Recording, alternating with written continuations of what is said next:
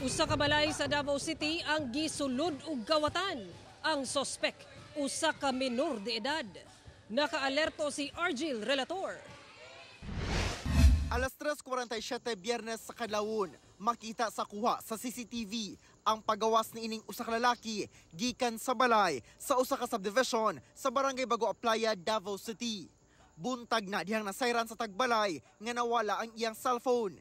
Dihang gi-review ang CCTV, dini na nasayran nga gisulod di ay sila og kawatan. Natangag sa suspect ang usa ka cellphone sa tagbalay. Kumikan po sa tabang po sa community, so na-identify yun siyang batanon nga nisulod. Ning bata nga nisulod is a minor. And then ato pong siyang protektahan, kaya po siya problema sa pag-isip, no? Domingo sa gabi, na-recover ang gikawa sa suspect nga cellphone. Gi-refer na sa social worker ang maong minor de edad.